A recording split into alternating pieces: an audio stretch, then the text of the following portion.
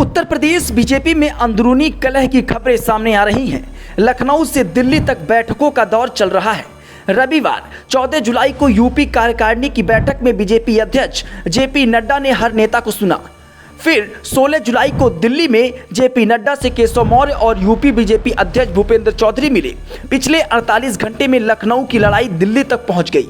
17 जुलाई यानी बुधवार को उत्तर प्रदेश का सियासी कलेश प्रधानमंत्री आवास तक पहुंच गया और ऐसे में सवाल ये है कि इस सियासी खींचातान का रास्ता प्रधानमंत्री ही निकालेंगे।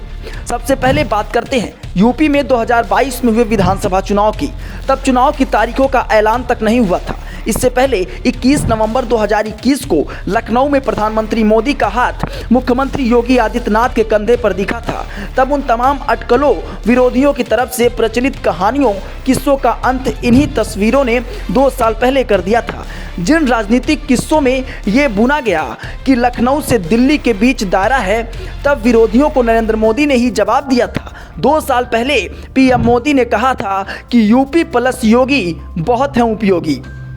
योगी आदित्यनाथ ने 2022 में दोबारा मिली ऐतिहासिक जीत के बाद धड़ाधड़ बल्लेबाजी सख्त प्रशासक के रूप में की, लेकिन फिर 2024 का लोकसभा चुनाव आया। आखिरी 2 चरण से पहले अचानक अखिलेश यादव, अरविंद केजरीवाल समेत विपक्ष के नेता कहने लगे कि चुनाव बाद योगी आदित्यनाथ को हटा दिया जाएगा और तब भी उत्तर प्रदेश में मुख्यमंत्री योगी आदित्यनाथ के नाम को लेकर खींचातान की गुंजाइश जताती गूगली पॉलिटिक्स का जवाब प्रधानमंत्री नरेंद्र मोदी ने ही दे दिया।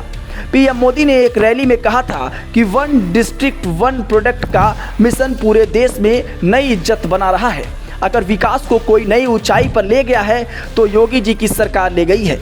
ये मेरे भी माननीय मुख्यमंत्री हैं। मैं गर्व करता हूं कि मेरे पास ऐसे साथी हैं।